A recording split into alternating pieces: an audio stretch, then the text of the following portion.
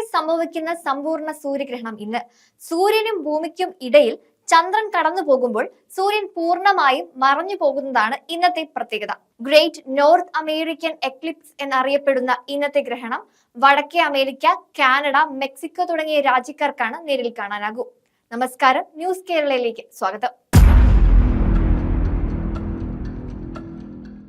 ഇന്ത്യയിൽ നിന്ന് ഗ്രഹണം കാണാനാകില്ല. നാസയടക്കമുള്ള ഏജൻസികൾ ഗ്രഹണം ലൈവായി സംപ്രേഷണം ചെയ്യുന്നുണ്ട്. ഏപ്രിൽ 8 ഇന്ത്യൻ സമയം രാത്രി 9:12 ഗ്രഹണം തുടങ്ങുക. ഏപ്രിൽ 9 പുലർച്ചെ 2:25 അവസാനിക്കും. ചന്ദ്രൻ സൂര്യനെ മറയ്ക്കുന്ന പകൽ സമയത്ത് പോലും ഇരുട്ട് അനുഭവപ്പെടും. ടോട്ടൽ സോളാർ എക്ലിപ്സ് നാസ പ്ലസിലും നാസ ടിവിയിലും ഏജൻസിയുടെ ഔദ്യോഗിക വെബ്സൈറ്റിലും സംപ്രേഷണം ചെയ്യും. US ബഹിരാകാശ ഏജൻസി അവരുടെ യൂട്യൂബ് ചാനലിലും നാസ ടെലിവിഷൻ മീഡിയ ചാനലിലും ഗ്രഹണത്തിന്റെ ദൂരദർശിനി ദൃശ്യങ്ങൾ നൽകും. സ്ട്രീമിംഗ് ഉച്ചയ്ക്ക് 1 മണിക്ക് ആരംഭിച്ച് 3 മണിക്കൂർ തുടർച്ചയായി നീളും.